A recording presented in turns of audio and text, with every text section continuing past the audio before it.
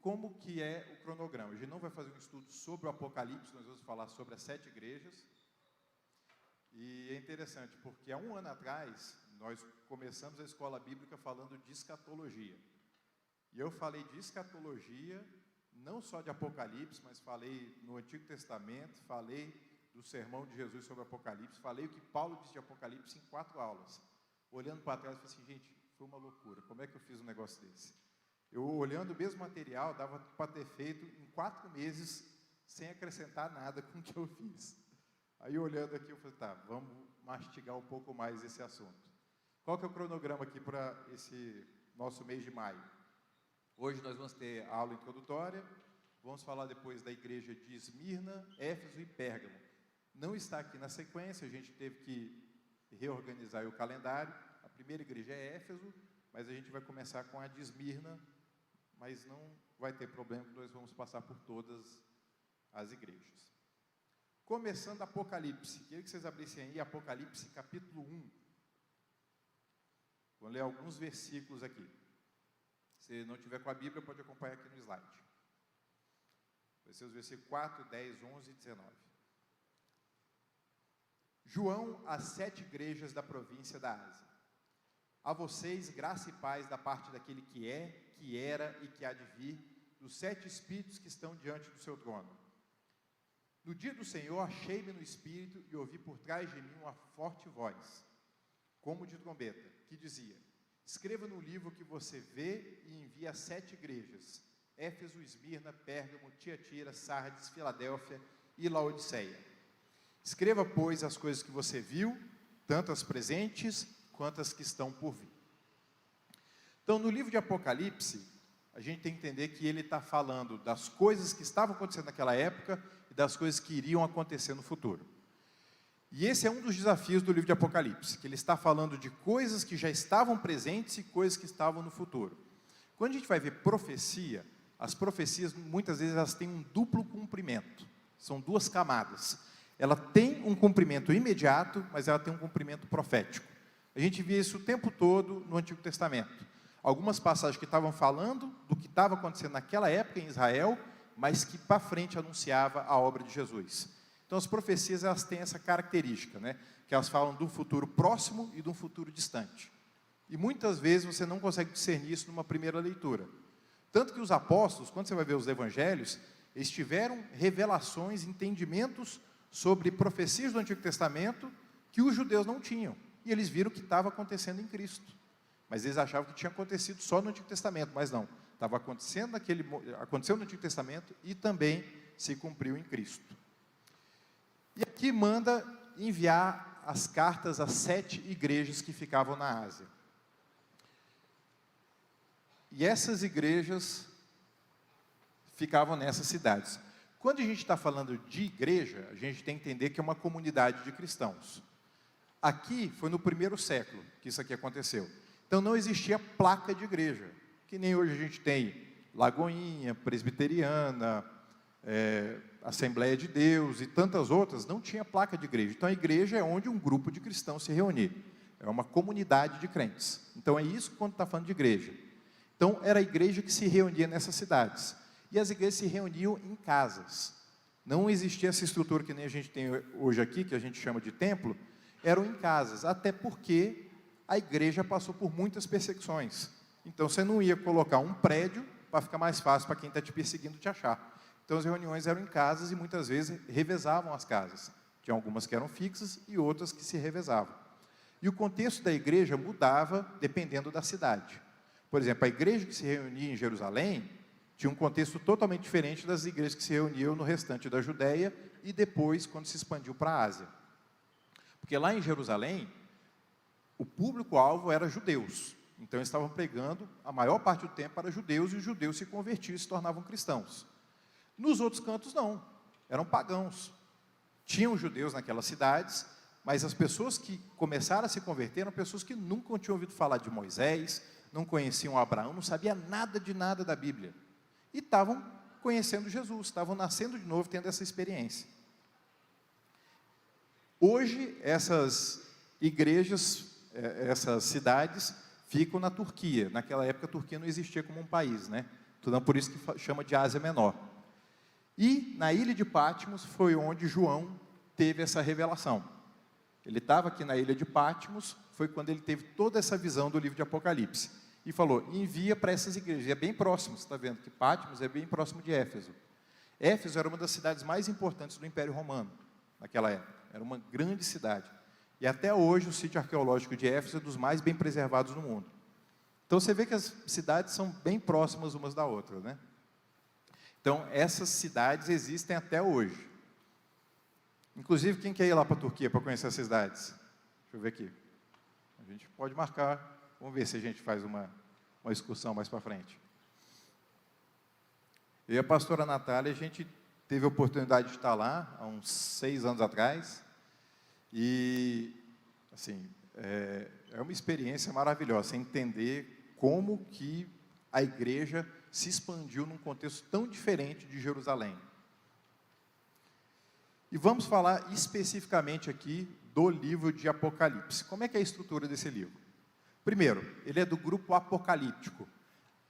A leitura apocalíptica ela é muito comum para o judeu, principalmente depois do profeta Malaquias. Então, tiveram vários escritos que não são inspirados de judeus falando sobre Apocalipse. Então, era uma coisa muito comum para o judeu lidar com esse tema. E a linguagem é muito simbólica. Não vale a pena você chegar ao livro de Apocalipse e tentar entender literalmente. Uma hora você vai ver que não vai funcionar. É muito simbólico o livro. O autor foi o apóstolo João. Uma coisa interessante, né? Quando você vai ver os evangelhos, Mateus, Marcos e Lucas, tem uma parte que é o sermão profético de Jesus. Quando Jesus fala das últimas coisas. Está em Mateus capítulo 24, Marcos capítulo 13 e em Lucas capítulo 21. E João, que era o discípulo mais próximo de Jesus, não tem nada no Evangelho de João. Não tem nada falando especificamente do acontecimento do fim dos tempos. Aí você pensa, poxa, como que era mais próximo não falou nada sobre a revelação final de Cristo? Não falou naquele momento, porque ele teve a revelação mais completa de todos os apóstolos, que foi o que ele escreveu aqui no livro de Apocalipse. Quando ele foi escrito? Foi entre o ano 90 e 100 depois de Cristo, foi o último livro a ser escrito da Bíblia em termo cronológico. João já era bem idoso aqui, fala que ele já tinha entre 85 ou mais anos nessa época, então ele já era bem idoso quando ele teve essa revelação. Ele era pastor da igreja de Éfeso, João era o pastor da igreja de Éfeso, então era lá que era a base dele, tanto que ele foi exilado para Patmos, que era como se fosse uma Alcatraz da época, né? Era uma ilha para presos de diversos motivos. Então ele foi preso e foi exilado lá para Patmos. O destinatário são as 7 igrejas da Ásia, o versículo-chave, Apocalipse 1:19, que a gente leu, e a expressão-chave é a esperança na vitória de Cristo e de sua igreja. Quando a gente fala de Apocalipse, a gente tem que entender que é um livro que fala da soberania de Deus. Deus tem tudo debaixo do seu controle. E Ele sabe todas as coisas que aconteceram, que acontecem, que vão acontecer. Então, quando você lê o livro de Apocalipse, em vez de você ter medo, você tem que ter fé. Porque o meu Deus já garantiu o meu futuro. E o meu futuro é reinar com Cristo pela eternidade. Então, quando você chega no livro de Apocalipse, é um livro de esperança. Quando eu leio o livro de Apocalipse, eu sempre puxo extrair fé e esperança. Eu vejo algumas pessoas vendo o livro de Apocalipse para tentar ver alguma coisa muito amedrontadora. Eu não acho que essa abordagem é saudável. Porque nada da Bíblia é para gerar ansiedade no nosso coração. Amém? É para gerar fé, esperança. Está gerando ansiedade, está gerando especulação. Essa abordagem não é abordagem saudável quando você tem para ler a Bíblia. E características. Foi escrito originalmente em grego, como todos os livros do Novo Testamento. E a palavra Apocalipse significa revelação. Apocalipse não significa fim do mundo, não significa caos, não significa nada disso. Apocalipse significa revelação, alguma coisa que estava encoberta e foi descoberta. É Deus mostrando a história para a igreja, para o povo dele. E o livro de Apocalipse, ele é único no Novo Testamento. Não vai ter nenhum outro livro que tem tantos símbolos, tantas imagens, tantos números, tantas coisas diferentes como o livro de Apocalipse. O livro mais parecido que a gente tem é o livro de Daniel. E várias coisas do livro de Apocalipse remetem ao livro de Daniel. O livro de Apocalipse, ele remete ao livro de Daniel, ao livro de Jeremias, ao livro de Isaías, muito de Êxodo. Quando você vai ver as pragas que acontecem, seja por meio das taças, dos selos ou das trombetas, remetem às pragas do Egito. Água se tornando em sangue, gafanhotos, tantas outras coisas, a luz sumindo. As pragas do Egito, elas são retomadas aqui no livro de Apocalipse. E essa linguagem simbólica permite interpretações diferentes. Uma outra coisa, essa é uma pergunta que eu escuto muito, muito mesmo. Qual que é a visão da Lagoinha em relação a Apocalipse, em relação à escatologia? Mais especificamente em relação à tribulação. Porque ninguém quer passar por tribulação, amém? Mas essa é uma pergunta que todo mundo faz. Pastor Márcio Valadão falou o seguinte: o importante é você estar preparado e você amar a volta do Senhor Jesus. O que vai acontecer ou quando? O próprio Senhor Jesus disse que não compete a gente saber. Então tem algumas coisas que a gente não vai saber quando que vai acontecer. A gente está vivendo o fim dos tempos? Sim, eu acredito que sim. Agora, a gente está nos 45 minutos do segundo tempo? Aí já não dá para dizer. A gente já entrou no segundo tempo. Agora, onde que a gente está, não dá para saber. Uma reflexão aqui para vocês. Imagina só uma pessoa que nasceu em 1900. Essa pessoa, com 14 anos, ela viu a Primeira Guerra Mundial começar. Com 18 anos, acabou a Primeira Guerra Mundial e tinham 20 milhões de pessoas mortas. Logo depois veio a gripe espanhola, 50 milhões de pessoas morreram no mundo. Depois disso daí, teve o crash da Bolsa de Nova York em 1929. Inflação no mundo inteiro. Em 1933, o Partido Nazista assume o governo na Alemanha. Pouco tempo depois, em 1939, começa a Segunda Guerra Mundial. Essa pessoa está com 39 anos. 45 anos, quando acaba a Segunda Guerra Mundial, em 1945, tem 60 milhões de pessoas mortas, 6 milhões de judeus. Logo depois começa a Guerra da Coreia, na década de 50. Depois a Guerra do Vietnã. Logo depois tem a crise do petróleo, que gera mais inflação no mundo inteiro. Nisso daí o comunismo já tinha dominado metade do mundo. Parece o fim dos tempos? Mas não foi. Mas para uma pessoa que estava vivendo aquilo, parecia catastrófico que estava vivendo. E realmente era. Mas você está vendo que essas coisas acontecem em ciclos na história da humanidade. E a gente sempre acha, é importante isso, a gente sempre acha que vai acontecer com a gente. E é bom que a gente tenha essa sensação. Tem que estar pronto para qualquer momento. O que vier, eu estou pronto. Agora, saber exatamente o quando, não dá para a gente dizer. Porque a nossa geração acabou de passar por uma pandemia mundial. Só que a nossa pandemia, ela teve um alcance maior do que a gripe espanhola, mas matou muito menos gente do que aquela. Porque a medicação, os protocolos de saúde já estavam muito melhores. Não é? Aqui a doutora Elieldes aí da Anvisa pode até falar isso melhor para a gente.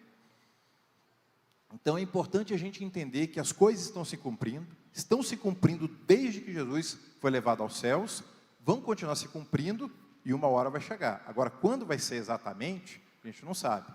Mas, individualmente, pode ser hoje, logo depois aqui do culto. A gente nunca sabe o momento que nós vamos nos encontrar com o Senhor.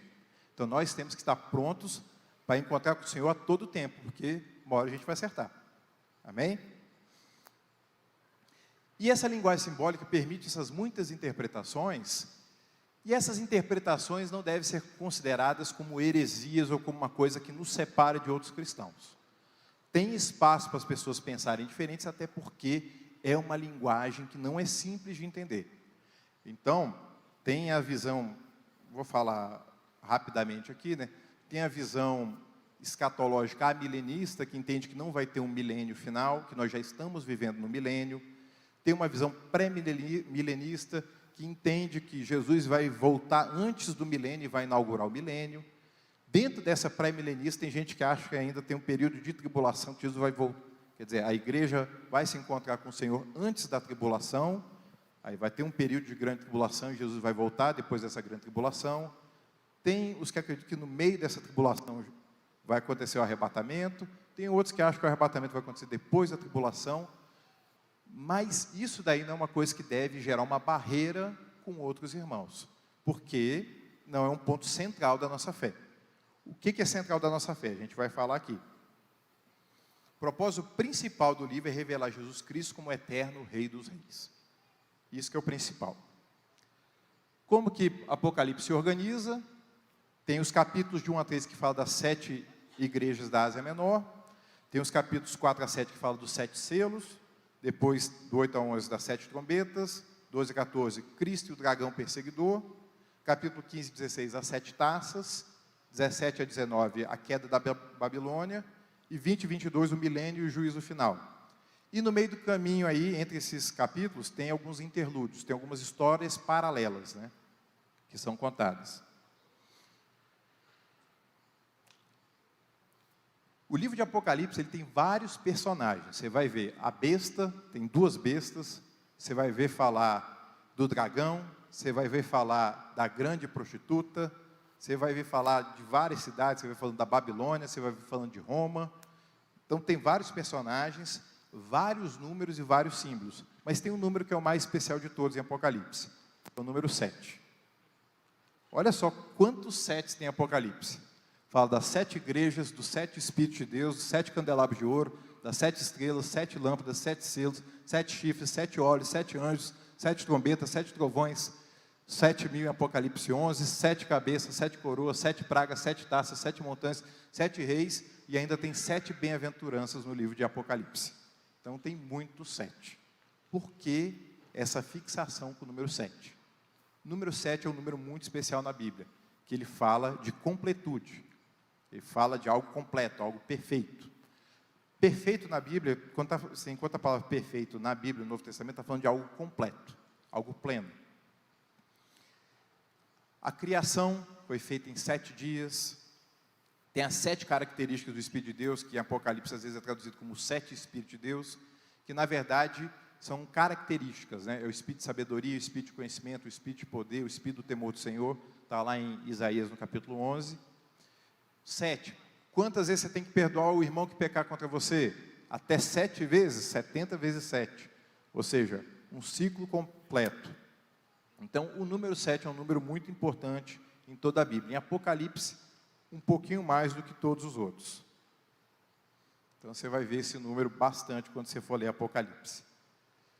E essa primeira aula aqui, eu vou só colocando assim, para encaixando as caixinhas, tá, gente? Então, eu vou passar por essa parte aí mais estrutural, aí depois a gente vai mais para o texto. Oi? Ó, hoje é dia 7 de maio. Ó o mistério. Tá vendo, ó? Ó o negócio está acontecendo, tá vendo? Ó, deixa Deus te usar, irmão. Nós começamos às 9h07. Não, foi um pouquinho antes. A estrutura das 7 cartas. Todas as 7 cartas têm uma estrutura parecida. E é isso que a gente vai falar. A gente vai aprofundar essas próximas semanas. Ela fala de uma saudação e destinatário. Fala ao anjo da igreja em tal lugar. Esse anjo tem algumas interpretações. Tem gente que entende que o anjo é o bispo daquela igreja local. A palavra anjo também significa mensageiro. Então pode ser o mensageiro que levaria essa mensagem para a igreja. Tem gente que entende que o anjo poderia ser uma representação espiritual da igreja, né? Então está falando diretamente para a igreja como se a igreja fosse um anjo. Mas o principal entender é a mensagem que está sendo passada à igreja. Tem uma descrição de Cristo. A maioria das músicas que a gente canta na igreja, os títulos de Jesus estão no livro de Apocalipse. Porque o livro de Apocalipse é o livro que mais tem adoração em todo o Novo Testamento. É interessante a gente ver isso, né? Porque a gente pensa em Apocalipse, vai falar de praga, de destruição, tem tudo isso, só que é o livro que mais tem adoração em todo o Novo Testamento. Tanto que quando você tira o livro de Apocalipse, você acaba indo para os Salmos, para pegar alguma coisa mais poética, né? Para fazer a sua oração, para fazer a adoração, porque o Novo Testamento ele tem uma característica mais narrativa, não tem muita poesia no Novo Testamento. Aí quando vai para Apocalipse, liga o volume no máximo, aí tem louvor para tudo quanto é canto. Os seres viventes, os 24 anciãos, está todo mundo cantando no livro de Apocalipse. Então quando fala do alfa, do ômega, do princípio, do fim, aquele que tem a chave que abre e ninguém fecha, que fecha e ninguém abre, que tem olhos de fogo, tem uma espada que sai da sua boca, pés como latão reluzente, tudo isso está em Apocalipse. Todos esses títulos estão lá em Apocalipse. Um elogio, conheça suas obras, mas nem todas as igrejas foram elogiadas, a gente vai ver isso. Repreensão, tenho porém contra ti, só que também nem todas foram repreendidas. Tem uma advertência ou um conselho, lembra-te, pois, de onde caíste, se não, então tem um conselho, fala assim, olha, se você não fizer isso, vai acontecer isso. Tem uma exortação, uma motivação, quem tem ouvidos, ouça o que o Espírito diz às igrejas, preste atenção, escute muito bem o que está sendo dito aqui. E uma promessa, ao vencedor dar-lhe-ei algo, por exemplo, de comer da árvore da vida, dar-lhe-ei um novo nome, tem várias promessas no livro de Apocalipse.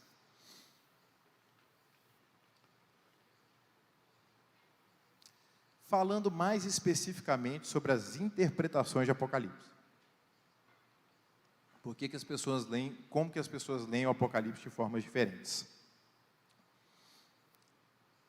Tem basicamente 4 formas de você ler Apocalipse. É que eu não estou falando das interpretações sobre o milênio, é a forma de você ler o livro, né? Uma é a preterista, é achar que tudo já aconteceu. Tudo está no passado, tudo aconteceu naquela época, praticamente nada vai acontecer no futuro, já está tudo feito. Tem a historicista que Apocalipse está sendo cumprido ao longo da história.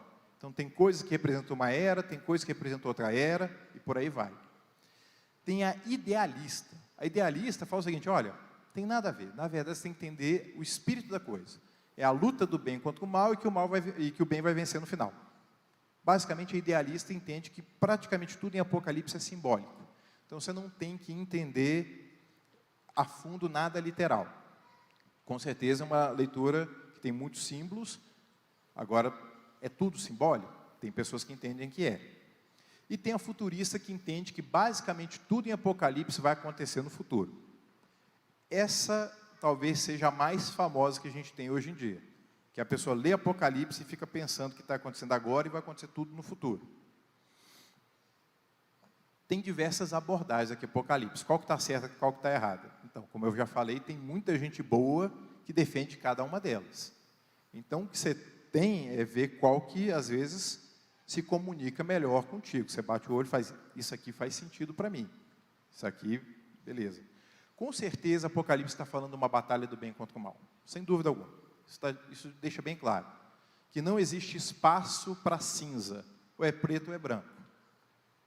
A gente vai ver que não tem meio termo. Ou você é de um time, ou você é do outro. Não tem espaço para você ficar em cima do muro em Apocalipse. Não dá para você ser mais ou menos alguma coisa. Ou você é, ou você não é. Ou seu nome está escrito no livro da vida, ou não está. Ou você tem o selo do Cordeiro, ou não tem. Não tem mais ou menos. Não existe mais ou menos cristão em Apocalipse. Ou é ou não é. Ou é luz ou é trevas. Não tem penumbra. Então, existe essa batalha. E essa é uma exortação que se faz no livro de Apocalipse. Você tem que saber quem você é em Cristo e tem que se posicionar. Você não pode se omitir do seu papel como cristão. Você não pode ser um cristão agente duplo. Ora está agindo para um lado, ora está agindo para o outro. Ou você está de um lado, ou você está do outro. O livro de Apocalipse deixa isso muito claro. Não tem meio termo no livro de Apocalipse. Historicista, quando a gente vai ver, realmente algumas coisas se cumpriram. Como a gente viu, essas igrejas elas existiram na história, de fato. E você vai ver, Paulo escreveu para a igreja em Laodiceia, Paulo escreveu para a igreja em Éfeso. Então, de fato, essas igrejas existiram. Não é uma ficção. Então, existiu mesmo uma comunidade cristã naqueles locais que recebeu essas cartas. Futurista, com certeza tem coisa futurista no livro de Apocalipse, sem dúvida alguma. Principalmente quando você vai ver a Nova Jerusalém, que desce do céu, adornada como uma noiva, preparada para o seu marido. Isso não aconteceu. Até as pessoas que têm essa interpretação preterista, elas sabem que alguma coisa vai acontecer no futuro.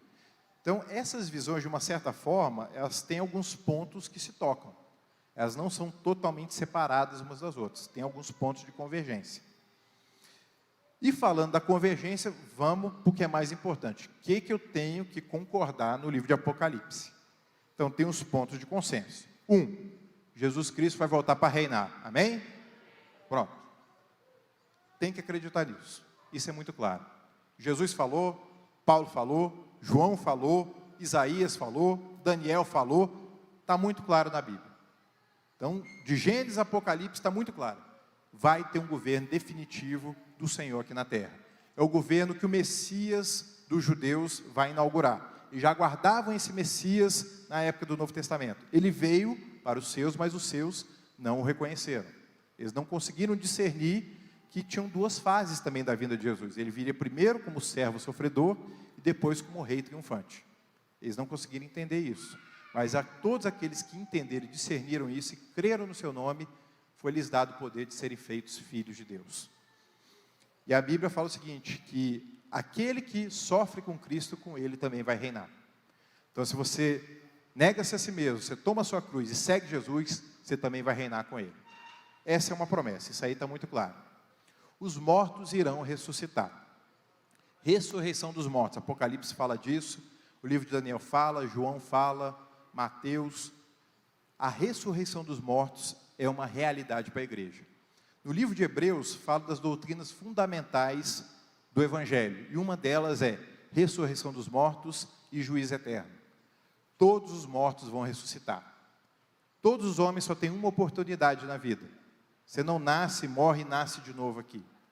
A única oportunidade que você tem que nascer de novo é quando você nasce no Espírito. Quando você conhece Jesus, você tem um novo nascimento. Não existem sucessivas vindas, como se você fosse e voltasse para ir se aprimorando. Nós temos uma chance, que é essa que Deus nos deu. E todos vão ressuscitar, até quem não crê. Porque a ressurreição não vai ser uma coisa para quem crê, vai ser para todas as pessoas que passaram no planeta Terra. Todos os mortos, desde Adão até a última pessoa, vão ressuscitar. Uns para a vida eterna, outros para a condenação eterna. Uns têm o nome no livro da vida, outros não têm o nome no livro da vida.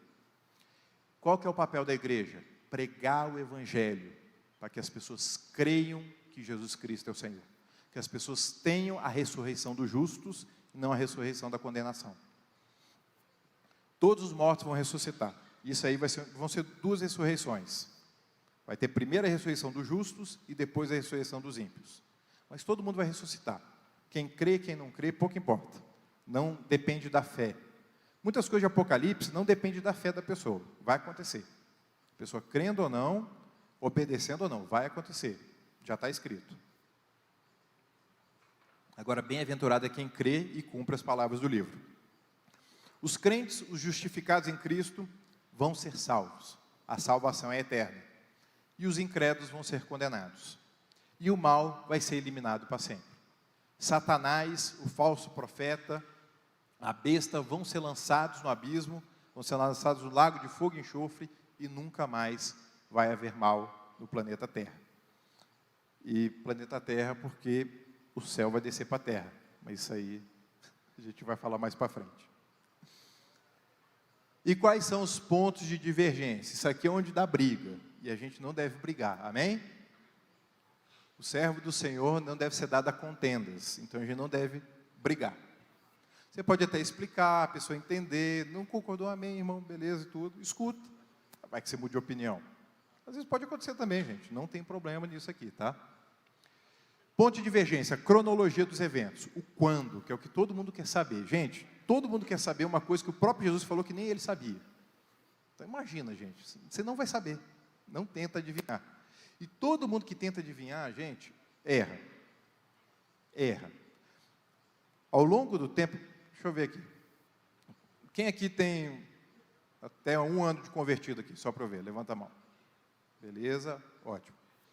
Quem aqui tem 5 anos, mais ou menos? Converteu de 5 anos para cá. Quem aqui tem de 5 a 10 anos de convertido? Está fazendo conta aí, né? Mais de 10 anos de convertido. Então pronto, tem muita gente que já viu muitas histórias aqui, né? O que já foi? Por exemplo, o pessoal quer saber muito da marca da besta. Marca da besta já foi televisão, já foi tatuagem, já foi CPF, já foi código de barras, Agora é chip, já mudou. É chip agora, é a última, né? Hã? A vacina, era a vacina do Covid. Quem viu isso aí? Que a vacina do Covid era a marca da besta. Eu acho que porque tinha um chip na vacina, tinha um negócio desse aí. Nanotecnologia. Hã? Inteligência artificial, é a nova marca da besta. Eu já vi gente até falando que é o celular. Está na mão direita e você fica olhando na testa, né? Então, reconhecimento facial, né? O Face ID. Gente, não vale a pena tentar adivinhar algumas coisas que não estão claras na Bíblia. Quem vai ser o anticristo? A Bíblia deixa bem claro que ele vai ser revelado. Então não adianta investigar e tentar saber quem é. Eu vi esses dias que lançou o filme Deixados para Trás. Alguém aqui já viu? Deixados para Trás? Esse novo agora, viu? Tem um novo aí que está no cinema até. Eu vi muito tempo atrás. Esse livro, quando ele foi escrito, estava na Guerra Fria. Então, quem era o anticristo? Um russo, com certeza. Não tinha como ser outra coisa. Um filme americano, quem que é o anticristo? Alguém que vem da Rússia, algum comunista, com certeza. Isso vai mudando. Mas quando você vai ver, você vai chegar para um cristão em uma outra parte do mundo, ele vai achar que o anticristo vai vir de outro canto. Alguém que está ali na região da Ásia vai achar que talvez o anticristo saia dentre os muçulmanos. Alguém que está na Argentina, talvez ache que vem, não sei, do norte. Alguém que está no Brasil, talvez ache que seja um argentino. Enfim, a percepção, todo mundo muda, porque a realidade da igreja é muito diferente ao redor do mundo. Por exemplo, a igreja vai ser perseguida. Pergunta, quando que a igreja deixou de ser perseguida? É uma boa pergunta aqui. Você vai no Paquistão hoje, tem cristãos lá? Tem. Como que é a reunião da igreja lá? Escondida. Na China. Então, assim, a gente faz a leitura muito com o nosso contexto que a gente está inserido. E é natural, é muito comum isso acontecer. Mas, gente, Deus vê o todo. Então, a igreja no mundo inteiro está passando por realidades distintas. Então, os pontos de divergência são essa: a cronologia dos eventos, recapitulação e sucessão. Eu vou falar rapidamente disso aqui mais para frente. São duas formas de você ler o livro de Apocalipse. A grande tribulação. A Bíblia fala que vai ter uma grande tribulação, Jesus deixou isso claro. Agora, essa grande tribulação, ela vai alcançar a igreja, não vai alcançar a igreja, vai alcançar parte da igreja, vai alcançar só os judeus, tem essa divergência. O momento do arrebatamento, como eu já falei, se vai ser antes dessa tribulação, no meio ou depois dessa tribulação. A salvação de Israel, porque existem promessas do povo de Israel, e aí tem como a pessoa entender Israel como de uma forma figurada, representando todos os que creem em Deus, ou Israel como nação. Tem essa também divergência, de como que você lê Israel, né? E a natureza do milênio. Se o milênio vai ser um reinado físico aqui na Terra, se ele já está acontecendo, ou se o milênio é a igreja que está crescendo, e isso já é o milênio. Tem essas visões aí, né? Falando aqui da leitura de sucessão. Como é que é? A leitura de sucessão, ela lê Apocalipse de uma forma quase que cronológica. Como se do 1 até o 22 estivesse contando uma história com fases. Então as coisas estão acontecendo sucessivamente, quase que cronologicamente. Então, entende, por exemplo, que tem os 7 selos, tem as 7 trombetas, as 7 taças, são eventos distintos, que eles têm ponto de intersecção, mas estão acontecendo ao longo do tempo. A leitura de recapitulação, ela já é um pouco diferente. Ela é conhecida como paralelismo progressivo. Ela entende que Apocalipse está contando a mesma história várias vezes, e acrescentando detalhes cada vez que reconta. Então, por exemplo, na leitura de recapitulação, você consegue ver Jesus voltando em Apocalipse 5, em Apocalipse 15 e em Apocalipse 19. Está contando a mesma história sucessivas vezes, por exemplo. Leitura de recapitulação acontece bastante na Bíblia. Então, por exemplo, o livro de Gênesis, eu sempre falo isso aqui. Você vai ver, o capítulo 1 de Gênesis é a mesma história do capítulo 2. Só que um está contando a criação no macro, e o capítulo 2 está contando mais centrado no ser humano. Mas está falando da criação, tanto o capítulo 1 quanto o capítulo 2 de Gênesis. É bem comum isso. A gente vê que a Bíblia se repete várias vezes. A gente vê que a história que é contada em Reis se repete em Crônicas. A gente vai ver que muitas profecias contadas por Isaías também acontecem com Zacarias ou com Miqueias. Esse ciclo na Bíblia é muito comum. Então, de uma forma simples, é dizer que João contou a mesma história por ângulos diferentes, por perspectivas diferentes. E a recapitulação é amplamente utilizada desde Gênesis e Apocalipse. Então, como que a pessoa vai ler? Quem vai para a linha mais literal, principalmente a linha que chama de dispensacionalista, depois você dá um Google, você descobre o que é isso, entende que as coisas estão acontecendo de uma forma mais cronológica. Outras visões entendem a de recapitulação. E eu vou passar aqui para vocês um vídeo que fala meio que um resumo do que seria essas 7 igrejas que a gente vai estar estudando aqui nesses dias. Coloca o som, por favor.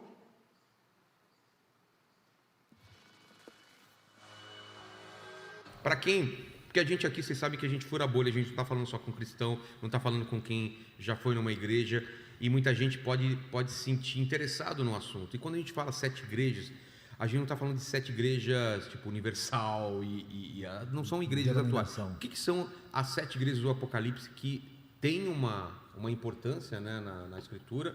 Eu queria saber, dar esse contexto inicial, assim, a gente vai falar do que exatamente? Bom, as 7 igrejas, elas existiam na província romana da Ásia, e elas de fato existiram, né, no primeiro século depois de Cristo. E ali, embora sejam igrejas físicas, locais, né, igrejas com realidades próprias, Jesus se dirige a ela, né, na verdade ao anjo da igreja, e com uma mensagem para cada uma delas, mensagem que pode ser absolutamente aplicável também aos nossos dias. Eu enxergo, né, as 7 igrejas de 3 maneiras diferentes. A primeira é a maneira mais histórica, local, ou seja, existia de fato 7 igrejas, cada uma delas mencionada, nomeada, e nós vamos falar sobre isso, com as suas realidades, com os seus defeitos e qualidades. Segundo approach, né, segunda abordagem, é uma abordagem mais simbólica, porque na verdade naquele tempo já havia mais de 100 igrejas na Ásia Menor, que era o lugar onde as 7 igrejas estão hoje na Turquia.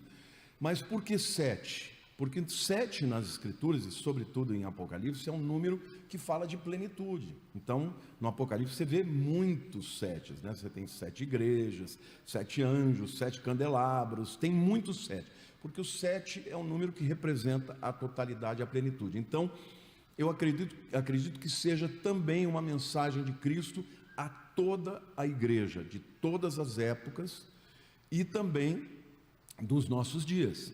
Ou seja, as mensagens que foram endereçadas a essas igrejas podem se aplicar a nós hoje. A gente vai ver como elas realmente se aplicam. A gente está falando então do Apocalipse, basicamente, ou essas 7 igrejas não, são citadas em outros... está dentro do Apocalipse, só que é uma primeira parte do livro, não é o livro como um todo. Entendi. E a terceira maneira de enxergar é uma maneira também histórica, na medida que cada uma destas igrejas, mas eu diria que ela é profética, representa uma época da igreja de Cristo, da história.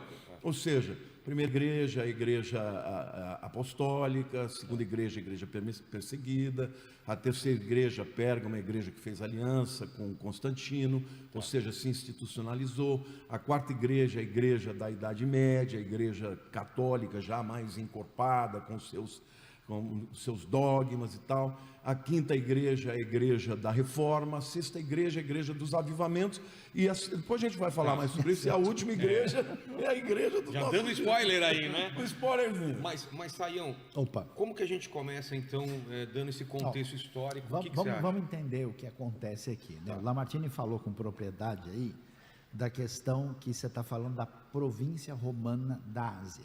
Para entender o que acontece, a gente vai ter que lembrar do livro de Atos, porque o apóstolo Paulo, ele concentra a grande parte das suas viagens missionárias ali. Por exemplo, uma das 7 igrejas é Éfeso, e o ministério de Paulo acontece com grande impacto na cidade de Éfeso. Aliás, eu trouxe até aqui para a gente olhar algumas fotos aqui dos lugares lá que são extraordinários, né? Tanto o Lamartine como eu já estivemos lá pessoalmente, né? Como você também Eu já. tive no final do ano em alguns lugares, né? Não em todos. Não, então. Mas em Éfeso eu tive. Éfeso é espetacular. Então, o que acontece? Como ali cresceu muito, né? O evangelho com força, as igrejas, primeiro, não existem denominações. Segundo, essas igrejas não são templos, é a comunidade das pessoas que segue a Jesus, e esse pessoal está enfrentando um problema muito sério. Eles estão enfraquecidos por causa, a maioria dos cristãos são escravos, tem opressão romana, tem uma série de situações difíceis, eles estão confusos do ponto de vista teológico e doutrinário, estão fraquejando, e ao mesmo tempo, houve uma grande repressão à fé na época de Nero, do ano 54 até o ano 68. E agora, nós estamos na época do Domiciano, onde a coisa também está difícil. E o que o pessoal está esperando? Que Cristo volte. E então ele você não acredita voltou. que o Apocalipse foi escrito na época do Domiciano? Sim, sim, Eu exatamente. também.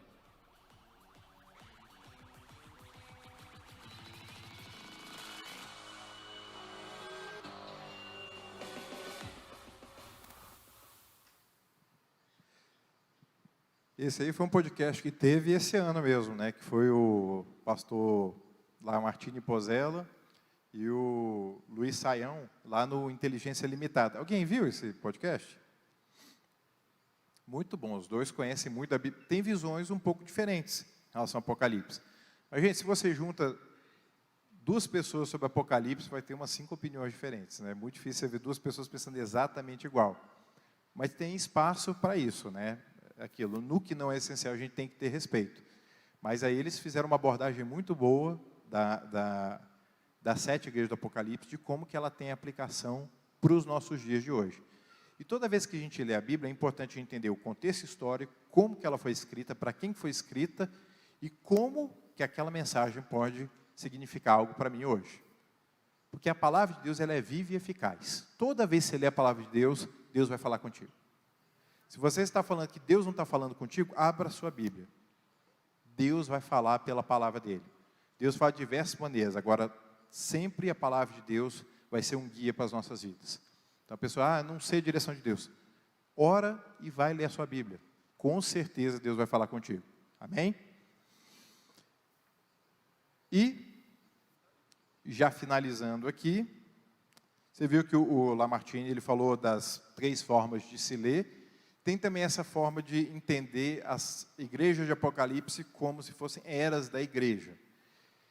Essa daí, assim, é possível, tem bastante gente que acredita, ela tem uma dificuldade de você entender qual que é o contexto da igreja que você está usando para demarcar essas fases, né?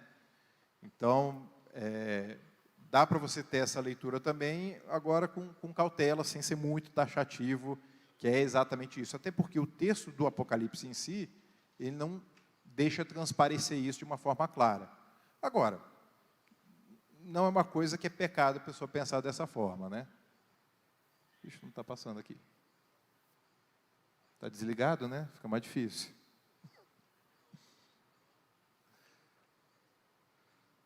E já, para a próxima semana, ler Apocalipse capítulo 2, e nós vamos nos centrar na igreja de Esmirna. Está com uma caixinha de pergunta aberta no Instagram.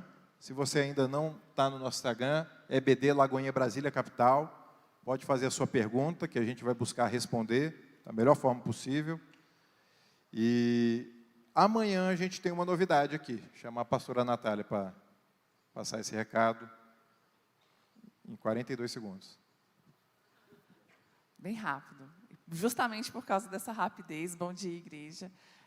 A gente estava vendo já há bastante tempo nessa carência de a gente ter um complemento de aula, a gente sempre motiva, né, vocês estarem pesquisando, indo atrás de mais informação, a EBDC esse gostinho por mais conhecimento, mas a partir de amanhã nós vamos iniciar um projeto que é a EBD EAD, como se fosse um complemento de aula, mas mais que isso, um bate-papo a respeito do assunto que a gente está falando aos domingos. Então, segunda-feira, amanhã a gente vai começar um piloto, e eu quero convidar vocês para estarem junto conosco.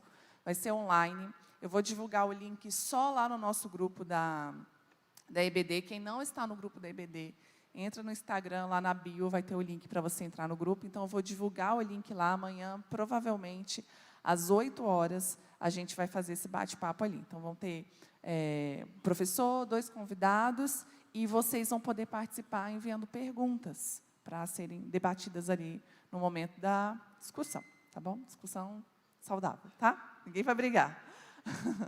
Mas a gente quer convidar vocês para estar ajudando a gente nesse início, depois a gente expande, mas primeiro a gente queria fazer isso mais restrito com a turma. Bem, quem vai estar lá? Eu mando o link no grupo. Aleluia. Vamos colocar de pé.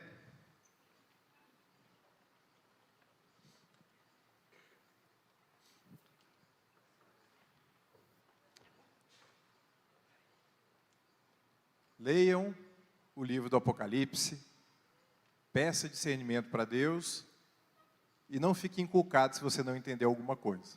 Nem todas as coisas vão ser muito fáceis de estar entendendo e algumas coisas a gente vai entender mais para frente. Só que a mensagem do livro já é poderosa e vai fazer diferença na nossa vida hoje, amém? Senhor, muito obrigado por esse momento que nós tivemos aqui, obrigado, Senhor, pela Tua graça, obrigado, Espírito Santo, porque o Senhor nos mostra Jesus, o Rei dos Reis, o Senhor dos Senhores, aquele que nos ama e aquele que vai voltar para reinar sobre as nossas vidas. Senhor, nós te pedimos, Senhor, esteja nos conduzindo, Senhor, neste domingo, Senhor, em adoração, em louvor, e que nós possamos crescer na graça e no conhecimento do nosso Senhor e Salvador Jesus Cristo. Assim nós oramos no nome do Senhor. Amém. Glória a Deus, queridos. Deus abençoe.